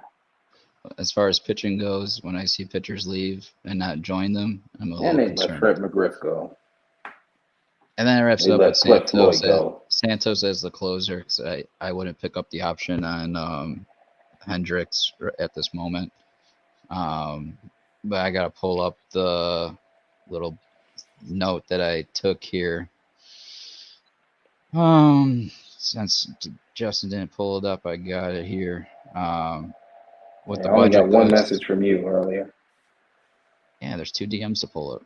So Benintendi is going to go from 8 to 16.5 million. Robertson go from 9.5 to 12.5. Moncada 17 to 24 million. Eloy Jimenez 9.5 to 13. Money, Anderson, if he stays, will go from 2.5 to 14. Cease and Vaughn will probably see raises of at least 3 million total. So there's 26.5 million in raises. So that basically cancels out with all the trades they did at the deadline. Wait, so you're at 0. Moncada getting again? How much is Moncada getting again? 24. 24. So thank you, Uncle Rick. Thank you so much. Everything flattened out there with the trades that happened at the deadline, and I'm estimating the budget left to be less than 80 million. Chris Getz will work with to come up with filling out that. I don't think he's going to put too much into the bullpen. By the way, if Bennett, sorry to interrupt you, Gonzo, if Benintendi's making 16, 80 million will get you a backup catcher and a water boy. What can 80 million get you? Legitly. I'm just being funny. I'm honestly like 80 million is a lot of money, but it's like when you hear Benintendi's making 16, you're like, what can 80 really get me? They need to use trades, man. They need to trade people. They need to get with 80 million. Legit. You'll probably get Rod Barajas, Mark Kotsay. Bro, I'm being honest. Like, you look at some of the money some of these guys are going to get paid. Like, to get some guys on the free agent market, considering the teams that you're going to be competing against, other teams are going to overpay. So you're going to be in situations where you got guys that are not in a multi-year. That's why I don't think Clevenger's coming back to the White Sox. I don't think he is. I think that he goes into like a Cincinnati or something, like in a weird sign for like the Twins. Somebody's in a signing for like the multi-year deal. Junior, that's the thing that we talked about last week. The fact that he's been on waivers this whole time for the past month. No one has picked him up. Yeah, because he's been fucking shoving. It's a mutual option. He can opt out of this option. It does not mean he goes to the team for next year. That's what people don't get. But if you opt out, he's going to opt out. Because he's going to want to get more money, but no one's going to pay that. You'd be surprised. He's going to opt out. They know that they won't. I don't think they're moving. For the fact that no one picked him up, it's very political right now. I can tell you right now, the Dodgers and San Diego's about to cut $200 million in payroll. I'm pretty sure they'll definitely try to pick up the pieces with a Mike Clevenger, especially if they're trying to sell the fan base on. We still got a fucking shot at some postseason success. So here's the thing. So people don't realize this. Maybe a team does not think it's worth to spend the money on him now for this season, but going into a new year and having a contract where you might have him for multiple years and he's not going to be a rental pitcher, you might take the shot, which is he's in the same situation as Giolito. Is Giolito coming back to the White Sox because he sucks? So that's the thing. Originally, I thought for sure he was going to opt out and the team would, overspend in free agency to get him more than $12 million. But the fact that the Sox dropped him on waivers, they really pushed the hands of the league by allowing him to go on waivers. No one picked him up. You know how many playoff teams can need a guy like Clevenger right now? Because I brought up last week the numbers he's putting up. He should earn more than $12 million last year, but the fact that no one picked him up shows me how political the league is right now with these owners. And he might opt out and not still here. Think about this. Think about this. Look at the Atlanta Braves right now, and look at that pig, Marcell Ozuna. And all the stuff off the field that he's done, all where his name has been the last 4.5 years. You think Atlanta cares about all of that stuff? It's winning time. Marcell Ozuna is hitting 35-plus bombs a year for them. If that's the case, someone would have picked him up by now. By the way, what's his face is off the free agent market too. So there's one less pitcher in the market. The lefty, Dodgers. He's not pitching next year. Kershaw. Urias. Urias. He ain't pitching next year. So he's fucking popped. He's popped twice. He's done. He's popped for what Clevenger allegedly has never been popped for. So exactly. Clevenger's not going saying I love Chicago that much. So if I'm Clevenger and they give me one more million for a 2 year, because the White Sox, here's the other part. Clevenger's trying to get time. So he might take less money for a multi-year deal because the last thing he wants is to come pitch on a 1 year deal and get hurt. And start this process all over without the guarantee. So the team's like, hey, I'm going to give you 25 for 3 years. You might say, I take it. So that's the other part where people are talking about where teams are going to try to get creative and say, hey, you want time and you want years in the big leagues? Like you want – because right now, Clevy's at 7 years in the big leagues. He wants that 10-year. So you're trying to be smart. 3 for 25. 3 He's for 25 is 8.3 a year. You don't think San Diego Padres is in the market for that? The New York Mets ain't in the market for that, especially when I could just quick fix right now. You don't think the Cardinals are in the market for that? Yep. Especially when the Cardinals got the offense. It's a big difference. Big difference trying to get someone appropriated, but trying to get somebody adapted to your clubhouse with a month of the season left. Because sometimes you don't want to ruin the chemistry of the team in a playoff run because of the optics. But in spring training, you got time, man. Spring training, you got nothing but time. As much as I want to believe that, I would. No, you want to believe it because if you don't have Mike Clevenger, your team sucks more. No, that's what you don't want to believe it. No, you don't even allow me to complete what I'm saying. As much as I want to believe that, you would think if that was the case, he would have been with his agent over the past 2 weeks, talking to other teams and getting something finalized, so he can prove himself in the postseason and really show himself out. You're not allowed to talk when you're on waivers. You can't say like a sign and trade clause. They can't do what they did for Freddie Garcia, like unless you have an inside. Freddie left like 35 million, probably 40 million on the table because it was a trade and sign that he agreed to before. But again, if you're a team in the hunt, you'd think you would push for an arm like him, showing himself out off the second half. I agree. Think about this, Gonzo. They took a shot at Jolito. Think about this, Gonzo. Yeah. The Tampa Bay Rays can fix any pitcher on the planet. We've seen that with Jay Dickman and countless other names. They lost Jeffrey Springs, Drew Rasmussen, and Shane McClanahan within 3 months of each other. You didn't think they were in the market for Mike Clevenger, who's a hometown guy from the area, very familiar. You would hope so, but clearly not. If he's still in the They got R. Sox. Kelly playing shortstop. I'm pretty sure the alleged stuff with Mike Clevenger would have been put on the back burner for a World Series. Jay, the fact is, he's still on the White Sox. He didn't get picked up. I think it might be more of a money thing. Again, we'll see. Time will tell. Time will tell. I know White Sox fans want him gone, so it's kind of like a win-win for me. I don't want him gone. I want a 10-year extension. I don't think it's money if Giolito got picked up. Giolito's making more. Because Jolito is a cut clean, oh, this guy's going to fix it. Everyone thinks Jolito's the savior. Everyone does for some reason because he's a nice, how you doing? He doesn't have crazy hair. And he's like, hi, mom. And like, he's like that guy. Like he has a good image. I could have told you Jolito was not going to be good in a postseason run. I've seen him pitch in the postseason. That's why people look at analytics and look at all that. They needed a warrior. That's the big difference. That's the difference in winners and losers. And Anaheim took a guy. By the way, you don't think the White Sox might go after Giolito and try to extend him and guess they can have a big kumbaya back on the south side? Mm-hmm. It could happen. Because you got to think, his tenure away from the White Sox wasn't as good as Giolito would hoped. His stock dropped that I would be shocked if he got $80 million. Yeah, because he's not going to get more than Jordan Montgomery on the market right now, especially what Montgomery is turning in. I said that he would make over $120 million in the free agent market 2 years ago, and I was off by like $60 million. That's Gio's fault. That's not your fault. No, correct. But again, so is that somebody the White Sox extend? And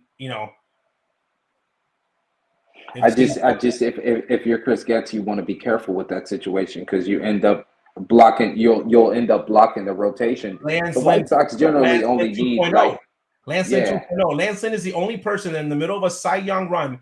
His agent calls the team and tells them, "We want an extension." Why? You're in the highest point of your career right now, Lance. Why do you want to get extended so bad? That's called a red flag. And the Sox did not bite. The White Sox took the whole bait, swallowed the whole thing, and extended him. Yeah. And he was when it was winning time, right after, like, don't get me wrong, he was great with Tony La Russa. But once Grifol got in here, he was posting a 7 ERA. Oh, the screaming looked different. And that wraps up. He was screaming in agony. Yeah, he did not do well with Pedro. He did great with Tony, did not do great with Pedro. A lot of guys have not done great with Pedro. The sweeper wasn't sweeping, Mike. By the way, a lot of guys have not done good with Pedro. Let's throw that other one out there. And that wraps up our internal discussion. And now we are going to transition to our MLB All-Time Series. Tonight, we're talking second base, guys. Second base. Justin, I'll let you lead it off. Who's your all-time second baseman? Tell me why. Tell me how. Tell me where he's at in your lineup. This is actually the leadoff hitter in my lineup. I'm going with a fellow Sagittarius, my birthday twin, Craig Biggio. When you look at the total body of work, and I understand a lot of people, my co-host on another show, Shy Nine, shout out to him, he thinks that Jose Altuve is the best Astro in history. And, in totality, you look at the championships and all of that. I want to agree with him, but my guy is Craig Biggio. Let's just dive into a little bit of numbers. Obviously, he's a member of the 3,000 Club, 311 career BABIP, Gonzo. So you know what that means. When he puts the ball in play, he's generally successful. 490 career steals. That actually is amazing to me, considering that I don't think Craig Biggio was that fast. I think he had great anticipation, and he was just an outstanding baseball player. 400 on base percentage, 50 doubles, 50 steals in 1998. One of the best seasons ever put together by a second baseman, let alone a player for the Astros. Craig Biggio is just one of my favorite players, y'all. I'm not even finna fucking cap. Like, he's the leadoff hitter for my all-time team, my second baseman, Sagittarius. The man. Damn. You said where he's at in your lineup? You stole my initial pick. Where is he at in your initial lineup, you said? I got him batting leadoff, right behind Pudge. Right behind Pudge. Right So in you went front of Pudge, I should say. Oh, yeah. Jeff Bagwell batting second. Yeah, I actually switched him and Pudge. I moved Bagwell down to Oh, to man. 8. Justin's sweating in his lineups, man. He's like Yeah, It Pedro. doesn't matter. Yeah, it's Yeah, like, oh, this I don't guy care. showed up, he was hurt. I don't care. I don't care. Hey, Jay, you're picking back-to-back Astros on me, man. I know. And guess I what? don't know how I feel I about just this. bought a new trash can too. Whew. All right. So, OJ, I told the chat last week, me and you agreed at first baseman with Albert Pujols. Did you have him batting fourth like I did, or where did you have him? Yeah, I would have him batting fourth because of his speed. Yeah. I'll allow you. I don't remember what I had. What did it. I have Pudge hitting? What did I have Pudge hitting? I think you said ninth. Okay. Yeah. Ninth or I had him eighth, at eighth, and I think you went 9. Yeah. Yeah, in but my I'll allow you lineup, to, I got Biggio, Pudge, 1, 2, and then eighth I got Bagwell. Okay, so my biggest eighth is argument, Bagwell. Biggio is up there, and I had a debate on, and I know that Justin does not believe in WAR, but when you only played 1,995 games at second base, okay, and the guys that you're competing against have played 2,500 plus games at the position, I think Biggio had a little bit more time to focus on certain aspects of hitting, and his positions were kind of like flexible. Well, I mean, Biggio was Catcher, a prototypical, like he was a utility guy, like he was a catcher. He spent time in center field. But he is a 3,000 hit guy. So he was a guy that I used to have Roberto Alomar higher than him, but I actually believe that he is probably the most underrated second baseman of his time. But that being said, there is a player that was one of the kings of consistency. His WAR is actually 100.4. Okay, did not get to the 500. Never got to the 3,000 hits, but his OPS is 819. His OPS plus is 132. Stole over 600 bases. Okay, drove in 1,000 plus runs, 250 plus home runs. Not being a power hitter in that time. Okay, and in the value, because in my opinion, he played on one of the greatest teams ever assembled in Major League Baseball, and he had the highest WAR of those teams. He is a 2-time champion, went to the World Series, I believe 5-time, 10-time All-Star, 2-time league MVP as a second baseman, 5-time Gold Gloves, and one-time winner of the Silver Slugger, which was not as popular at the time.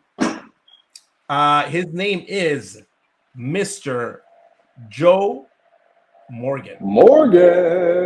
Yeah, Gonzo, you're fucked. He's a very, very, very scary dude. And I'm going to throw an honorable mention there because we're on a White Sox show. Nelly Fox is the greatest defensive second baseman of all time by defensive metrics. One bad dude looking at his numbers. He was a guy that I was going for, but Morgan and Biggio he was kind of there in the mix because I believe Morgan's numbers are actually better compared in the era that he played. Oh yeah. No, that's why it's not fair to Biggio, because if you compare, if you dive into it, and I know Gonzo's gonna try to help us with this. If you look at Joe Morgan's numbers in totality, he was the predecessor to a Juan Soto type hitter, whereas his value is when it's time to get into the batter's box, we're gonna brawl, and I'm gonna give you a professional at bat 1,000% of the time. This man Joe Morgan has had in a decade span, well, not even a decade, let's just say 8-year span from 1969 to 1977, 1,000 walks, 2,200 total bases in an 8-year span. We're talking about a guy who's not that tall and not that fast, OJ. Correct. That's a lot of production, and that's a lot of activity from somebody that's human size. And a lot of people argue that he played on the greatest teams of all times, and his numbers are inflated because his and one of the things I'm gonna be honest here, one of his big knocks, and one of the reasons that I did consider Biggio, okay, had they played the WAR number threw me off, okay, but Biggio getting to 3,000 hits in the modern era and Joe not doing it in the big leagues, when he played 22 complete seasons, was something that I was holding against him had his WAR not been that high. But his obviously at the time the slugging and whatnot, but his defense was that much better than Biggio's, where his WAR also got helped by the defensive side of it. But Biggio's hitting the 3,000 hits as a second baseman is something that is very, very underrated. Probably one of the most underrated guys with 3,000 hits in Major League Baseball. Yeah. So in my time, the greatest player I ever saw playing second base offensively and maybe all around was Biggio, for hands down. Oh, I don't know. Cano would be my pick of the offensive second baseman. But as far as like total baseball player, 3,000 hits is just scary. That's sick. Robert Alomar. Roberto did not get the 3,000 hits. His numbers and maybe if you did just the best 8 years, Roberto really dominated early in his career. Biggio was the king of consistency, where even at the end, he was producing at a level where Roberto was not there. Again, when the White Sox went in 2005, he was already more than a seasoned veteran. He was one of the key hitters on that team. So I think he posted a 9. I forgot what year, but Robbie Alomar posted a 950 OPS with less than 20 home runs. Do you know how hard that is? Do you know how frequently you have to be on base to do that? Well, Morgan owes OPS in the 1976 season at 32 years old was 1.020. So an OPS of 1,000. 1,100 OPS, bro. He's 1,100. His OBP was 440. He hit 320, and he only did it. That's the year he had the most home runs. He had 27 home runs and only 150 hits. So again, 151 hits. So again, talking about a guy that you think was getting balls hit. When he hit him, he was hitting him a lot of places, but he was a walk machine. He was a guy that walked 114 times that year, something that back then was unheard of. He was the ultimate do a job guy. Like my favorite Joe Morgan stat is in 1976 he had 12 sacrifice flies. That means any runners that was clean, because you got Dave Concepcion and you got Johnny Bench. Okay, that means you're not going to have a lot of opportunities to get RBIs because those are sluggers. They hit the ball out of the ballpark. So when you're up to the plate with guys on, you have to isolate that at bat in that particular time, because that's the way the nature of the game is played. It's not played with just strikeouts, home runs, and slugging percentage. No, you have to be successful with your outs too. He drove in 111 that year. So one of his greatest years. That's one of the years that he won MVP. He also won back-to-back MVPs, something unheard of. 31 and 32 years old. Without being the best player on the team. 75 and 76. And again, when you look at Morgan's numbers, playing time, he didn't have a season with on less than 140 games till 1981 at the age of 37, where he only played 90. And after that, 134, 123, and 116 games at the age of 40 for the Oakland Athletics was very, very impressive. 160 games at the age of 40. And that year he got a total of 89 hits, which, one of his worst seasons, but crazy at the age of, again, 40. Damn. Then I would hit him 7th. Oh. Interesting. Well, once again, my pick was stolen. But that's okay. No, my pick was stolen. Who was your pick? Joe Morgan. I should have left it for you. It's like I should have done Alomar. You should have done Morgan. Yeah. Oh, I'm also with Joe Morgan. Like Albert Pujols, both played for 22 years. 271 average, 392 OBP, 427 slug. You said 819 OPS.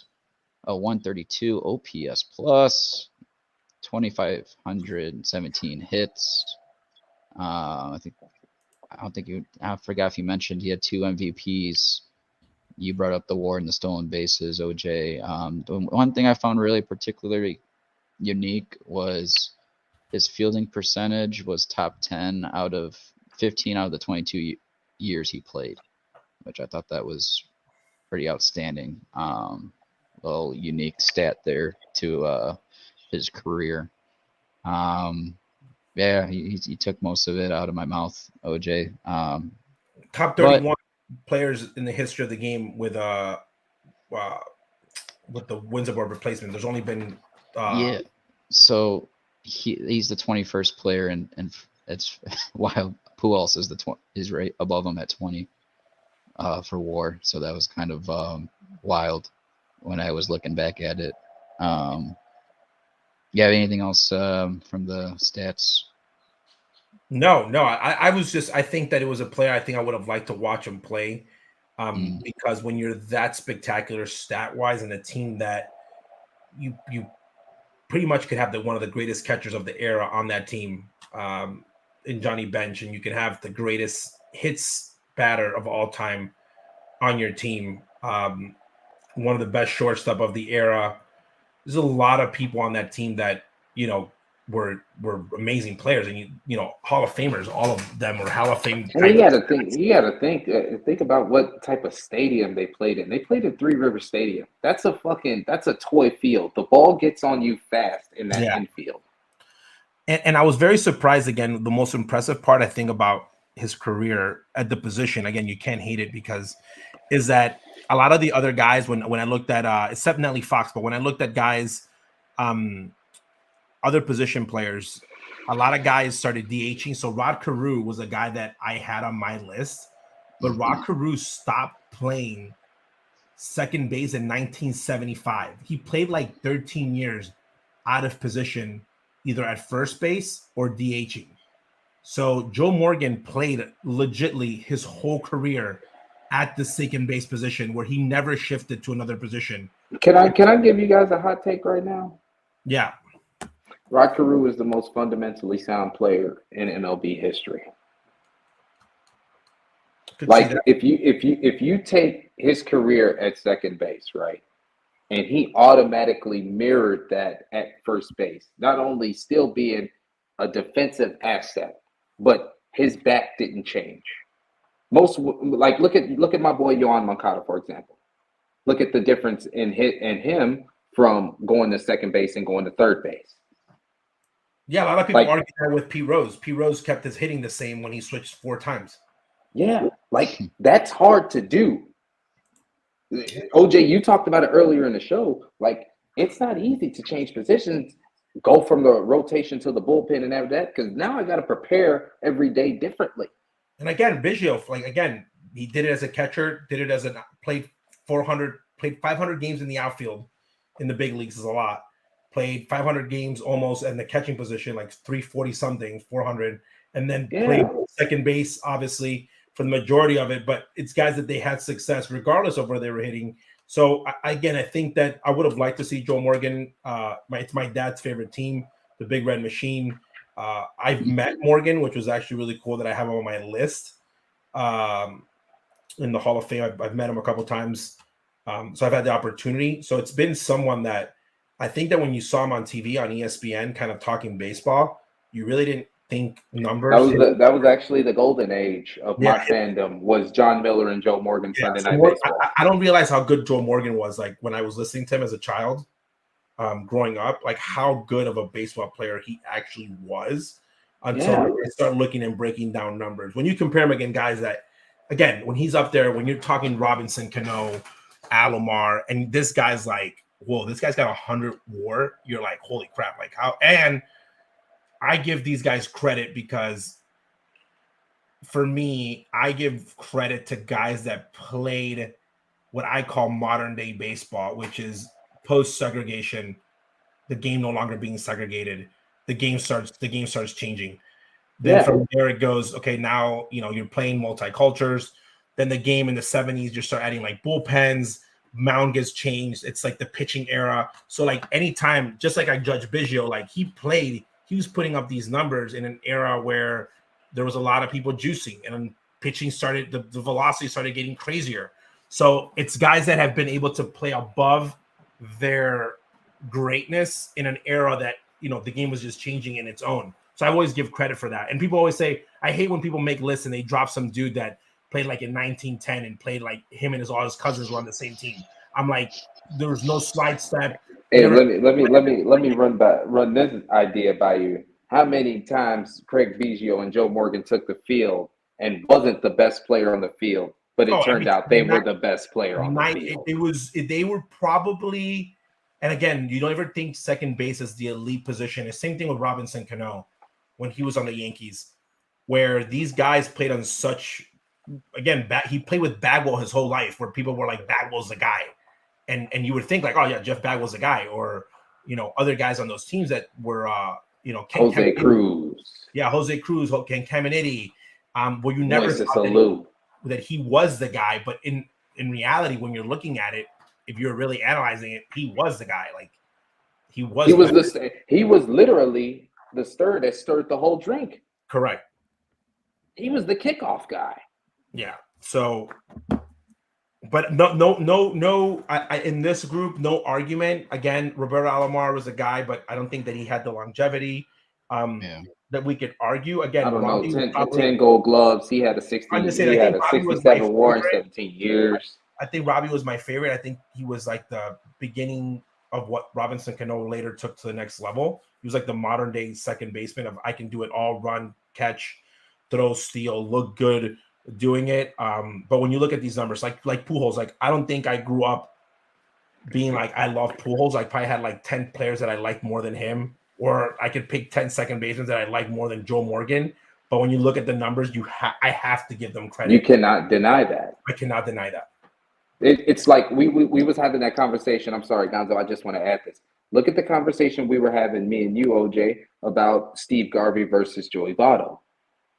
Joe Morgan is basically the black second base Joey Votto, and you see what type of conversation that puts him into. Yeah, like that's how cold Joe Morgan was. Yep, agree. And as we wrap it up, Joe Morgan, I'm putting him 9th in my lineup. Wow. At least tell King Mac you always got to bet on black. I will. He's going to turn the lineup over. Oh, my God. And so far, it's Albert 4th for me, Pudge 8th, and Joe Morgan 9th. Our lineups look very similar. I got Pujols at 4, Morgan in 7, Pudge at 9. Yeah. I'm letting you guys know right now, like, I got more for shortstop and center field. I'm just gonna put that out there now. I've got some thump in the middle there. Yeah, that's what I'm leaving all of the OPS and a slug for 3, 4, 5. We're gonna build Earl Weaver's team. I got no holes in my lineup. I'm just gonna say that. Calm down. You already chose Albert. So far, I have no steroid positive test. Y'all chose Albert Pujols over Eddie Murray. Y'all gonna pay for that. What are you talking about? It's not even close. Yeah. Eddie Murray. How many home runs do Albert Pujols got hitting left-handed? He didn't have to hit left-handed. Yeah. He doesn't have to. When he's by the way, if Albert Pujols did not play in the same time as Barry Bonds, he'd have like 9 MVPs. I don't even think Albert So Pujols was a better Cardinal than Jim Edmonds, but that's for another conversation. Crazy. You're like, his Pedro Control took over his soul. Yeah. But hey, by last time, Every next time we night talk, to kick next your time we ass. talk, do the White Sox have 100 losses? Yes or no? yes. Yes. So how many are they going to lose? 103. Damn. That fucking sucks. So Kansas So City that still wraps up our second baseman. Next week we're going to shortstop. Tune in for our shortstop people. And right now we're going to the grand finale of picks to play. No, God.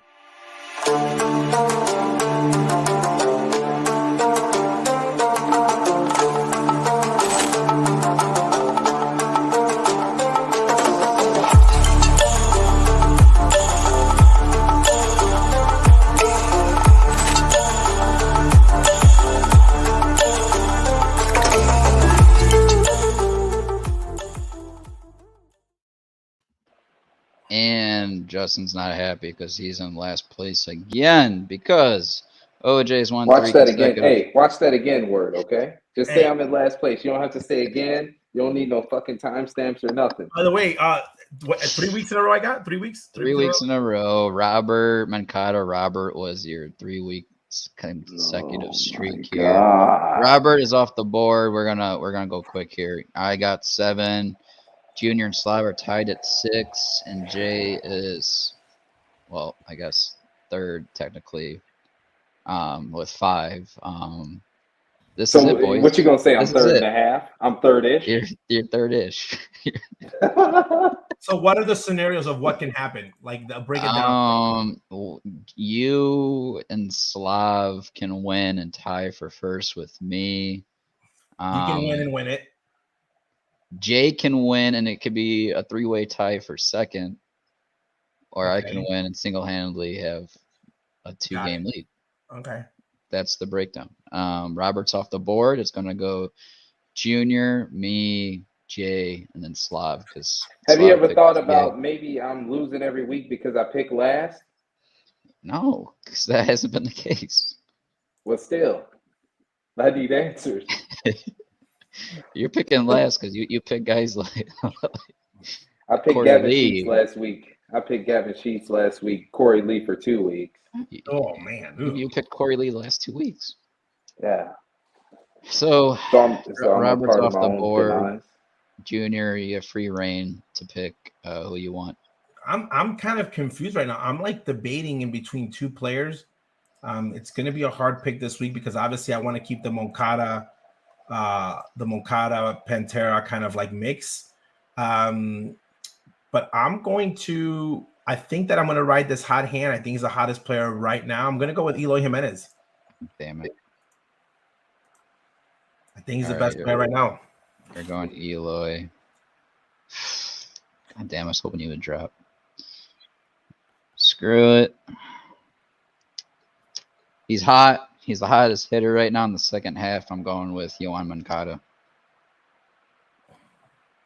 So this could decide it because Moncada was my first pick, so that could decide my pick, whichever went right there. It doesn't matter what the next guy's pick. It's this where you or I are going to win it. It's Jay with the next. Come on, Jay. Hold on, because I'm good. thinking right now. Elvis Andrews still available? No, you know what? Since Gonzo want to bet on black, I'm going to follow his lead. With my pick, I'm going with TA. Oh, I thought you were going to go with Daryl Boston. No. What's Debo's OPS the last 8 years? Stop. There's not much OPS at first base. Slav didn't give us a pick. I'm talking about OPS and I fucking picked him. Man. Okay, put it this way. I am part of the problem. Put it this way. We'll give Slav this. If the White Sox don't lose 100 games, we'll give Slav the point.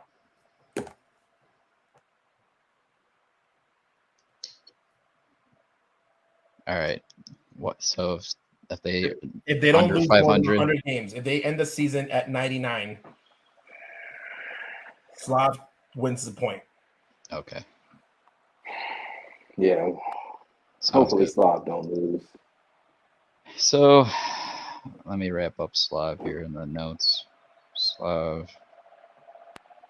You don't want to have a 100 season. 100.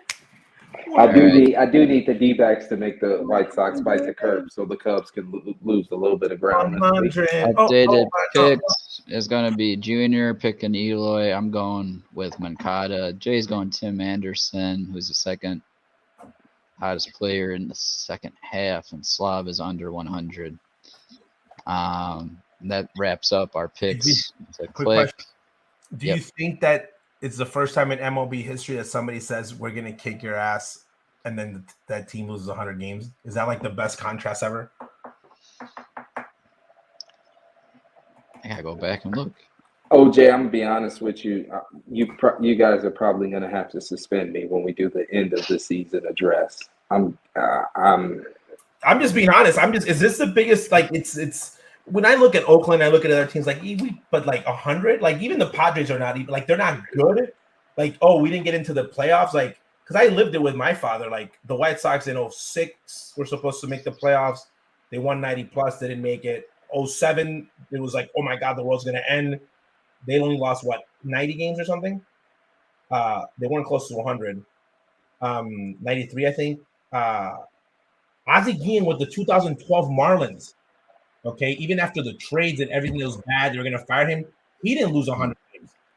Jesus. 100 is like a big, like a 100 is like 100 is a no. No, correct. Like 100. So 100, like for a team that doesn't expect it, like team expects is like whatever. But for a team that doesn't expect it, 100 comes at you fast. Like it's only happened 4 times in White Sox history. Yeah, but I mean, how many times have happened after 1992? I don't know, man. Like that's for the White Sox. Damn near all of them. Wait, for the White Sox? Yeah, the 100-loss season. Hold on, let's look them up. So obviously you have the hold on, let's look this up.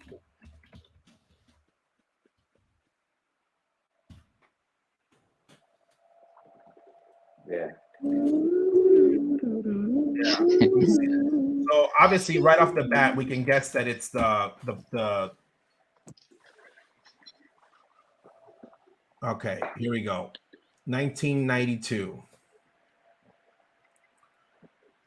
So in 93, okay, so they didn't lose after 92, the first 100 game losing season. So they don't have none in the 90s. Okay, they don't lose any game. They didn't lose 100 games in the 90s, not even once. The most they lost was 86. Then you go into the 2000s. They did not lose 100 games in the 2000s. So all of the 100-loss seasons so it goes 04, 79, 76, 79, 63, 72, 90, 74, 83, 74, 83, 77. So the worst loss in Ozzie's era was 90. Then in 13, they lost 99 games. They did not lose 100. Come on, man. We round up in America. Then 89, 86, 84, 95. The only 100 game losing season was 2018. So this would be 2018, which was 18. And then in 19, they lost 89. And then that started like after that 89 season is when they started the COVID year, which again, we don't know how they would have done in the COVID year. They could have lost whatever, but then they won 69 and then 81 and 81. So that 95 and 100. So in 17, they won 95. So in 17, they're exactly they already lost more games than 17, I believe. Right? Yep. So they already lost more games than 17. Jesus. So right now they're between 17. Let me look at this is interesting, man. So they've 17. I look at other 90 game seasons. So Ozzie lost 90 in 2007. So they're way past that in any time of his era. So they way past him. And then the next 90 game losing season is 1989. So in 89, they lost 92. They passed that. In 88, they lost 90. They passed that. In 86, they lost 90. They passed that. You have to go all the way up to 1976. They lost 97. And then before 76 in 1970, they lost 106. And then they lost 68, 69, 95, and 94. So those were So we can go Well, back. I'm glad I wasn't alive back then. Oh yeah, correct. So like other than that, that's like the worst time frame in White Sox history, unless you go back to like 1934. In the 60s, I'll probably be an Orioles fan. Yeah. Yeah, but there's not that many 100-game losing seasons, and when you start throwing it out there, like only a couple 90s, so it's interesting. It's they're playing for history right now. They're playing for history. Every lose they get, it's in history. So how many games left? What's the most losses they can get? They get swept. Five games left. So 96 games are at. No, this should be 100. So they're at 96 wins, right? They're at 96 losses. Are they at 96 losses, you said? Shoot. So they can end up. Yeah, they had 97 losses right now. Yeah, they're at 97. So 97 plus 5. So they can end the season at 102 losses. Yep. I was close at 103. Yeah. So this is going to be interesting with Slav's pick. 5 games left. They've always been 500 or under. So 5 games. So let's say they go 2-2, that would put them at 99. So that would make them that last year. So, but 5 games left versus you got 2 more left with Arizona and 3 versus San Diego. This has been a very uncomfortable conversation for me. 2 teams in the hunt right now in the NL. So San Diego's still in the hunt legally? Yeah, because they're on the winning streak. They I think they're 8-2. 8-2 their Kansas last City's in a winning streak. Yeah, so it's going to be interesting. Next week, we got a lot to go over. We're going to wrap up the 2023 season, and then I think we should get into the postseason talk around the MLB. Okay, yeah, it ain't going to be around the South Side. But we're going to go to shout-outs. Justin, I'll allow you to start off our shout-out portion, because I know you got some tentative news for us. With a heavy heart, I'm here to tell you guys that this evening we lost Hall of Fame and Orioles legend Brooks Robinson, a.k.a. the Human Vacuum, a.k.a. the Human Highlight Reel. Now, you could talk about 25,000 innings played at third base. He won the MVP in 1964, 2,800 hits, 16-time Gold Glove. Now, when you look at Brooks Robinson in totality, what I liked about his career is that none of his offensive numbers jumped off the page. And yet, from day one of my baseball fandom, I knew he was one of the greatest third basemen to ever play the game. If you love the history and the culture of American baseball, it has to include Brooks Robinson. I love the American League. I feel like that's what really got me into baseball. I love the Red Sox. I love the White Sox. Of course, I live here. But when you start diving into the aspects of baseball that you wasn't born to see, and you go and watch those black and white films, those them caveman drawings of Brooks Robinson making plays down somebody's left field line, like, you have to appreciate what he put together. Like, he'll never ever hear any of the OGs disrespect Brooks Robinson, because they seen with their own eyes when they were growing up in the game, he was turning 11. So I just wanted to say, my condolences to the Robinson family. I feel like as a student of the game, his career really opened my eyes to the positional responsibility of a third baseman. I guarantee you that the Baltimore Orioles would not trade those 16 Gold Gloves for Silver Sluggers, especially with the way Brooks Robinson handles his business and went to work every day. I said all that to say this, to the Robinson family, my deepest condolences. My prayers are with you. And to the Baltimore Orioles, you have a fucking job to do. Okay? You were the Cinderellas of the year. All right? You were lipping into the postseason. Now you got some juice. You're not going to send Camden Yards home empty-handed. Not now. Not under these circumstances. So, Birdland, I swear to God, you have a job to do.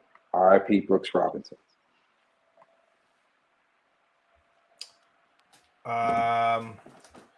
That's hard act to follow, but yes, one of the greatest of all time. Will be up there in the list for third basemen, I'm sure. He will be one that will be debated a lot. My shout out is to the Chicago Browns, three-peat MSL Midwest Suburban League, AAA National League champions. Dynasty. It is a dynasty. 3 years in a row, 6 years, 4 championships. So it was a good one. So very glad for everybody. So shout out to the Chicago Browns. I should be I could be applying. Technically, I did have a better year than Grifol. The Browns forgot to call me up from single A. Yeah. I'm disappointed. Just the Browns. Gonzo, if they call you, I guarantee you none of what Ozzy said would have came to fruition right there. He would have had to fucking cut 7 seconds of his closing remarks if you played for the Browns. It would have been like the White Sox. We had a good year. We're going through the motions. We have a process we're trying to follow. I would have cross that bridge when we get there. I would have torn some in my shoulder 10 games into the season with the Browns. We had a parade. We're just worried about San Diego next week. That's what we're focusing on. Oh, wait, you're focusing on not losing 100. Relegation. That was good. Well, who are your sponsorships again for the championship year? Sponsorships were Morningwood Bats. Yes, that's the name of the company, Morningwood. Great wood, though. Legitimately, not like the legit. Very, very good wood. Maybe the White Sox will start using Morningwood next year. How about their offense? And then Mugshots Bar and Grill out here in Homer Glen. Great spot. We got to hang out there one of these days. But it was awesome. Yeah, we got to pull up a Mugshot. Good fun year. A lot of baseball debate. Talking. They're still giving me crap because to my opponent, shout out, I'm 0-3. There's only one worse team than me in fantasy football, and it's in real football, and it's the Chicago Bears. Before they do. It's who's gonna get a win first, the Bears or me. So I'm hoping it's me this week. Oof. All right. Shout out. I want to shout out my one and only. Sorry, she is studying for a big test tomorrow. You got it, girl. She's got it. I believe in her. Who else want to give a shout out to? I gotta give a shout out to OJ because I'm gonna face him this week in fantasy, and I gotta give him a good old slap in the face because I gotta get my second win in that league because I am now won. I won my first win this past week versus Ray the Barber. Gonzo. Whew! I don't know now. I don't know if I would trade pick the click or winning in fantasy. I don't know. Nah. Ray got a little. Ray got some smoke this week from me, so I told KG, our boy Little Joe's, don't call the comeback because I started the comeback from 0-2, so here we go. So watch out, OJ, this week. I'm coming for you. I'm gonna make sure that the Bears get the win before you. Bro, I was talking all that crap about sleeper in the offseason, and the first week my quarterback Aaron Rodgers' Achilles gets rolled up like a Snoop Dogg blunt. Like, I'm so done with the league, bro. But you're 2-1. You're 2-1. It doesn't matter. It's not the 2-1 that I want. You think I want to be relying on Derek Carr, Desmond Ridder, and Matthew Stafford? Let's make a trade. Yeah, Jay. Make it work. It's too early to trade. Hey, I only make trades around like week 6. Burrow, I got Burrow for you. Never. I'm not touching him with a 10-foot pole. King of the North. Yeah, sure. King on one leg. He is. He's Bran right now in a wheelchair. All right. Any lasting thoughts here as we wrap it up? No, I'm good. Yeah, well, I was just going to say, the way you said you had confidence in Soraya, it was like Matt Nagy saying he had confidence in Justin Fields and Mitch Trubisky. So I'm very concerned. Yeah, she's the only one that hasn't taken the test yet, and because she needed extra time for her in the classroom, and she saw the scores from the exam. It was like, babe, what was it? Like 13 people got either a D or an F on it. Damn. But I believe in her. She's gonna nail it. Yeah. We'll keep you guys upgraded when next show comes, how she did. But that wraps it up. We had a nice little episode. Tune in to next week when we go over shortstop, wrap up the 2023 season. We're going to give you guys our best and worst takes from the year as we go back and reflect. That should be a good time because we keep the receipts. And we are going to take a look into the postseason. Wait. And that is going to be next week, episode 29, approaching. Yeah, Justin. We going back to the receipts. So, from Gonzo, myself, from Justin over there, from OJ, this was episode 28 of season 1. Thank you for listening. I gotta figure out what I lied about. Hold on. We are I gotta out. do some research. Peace.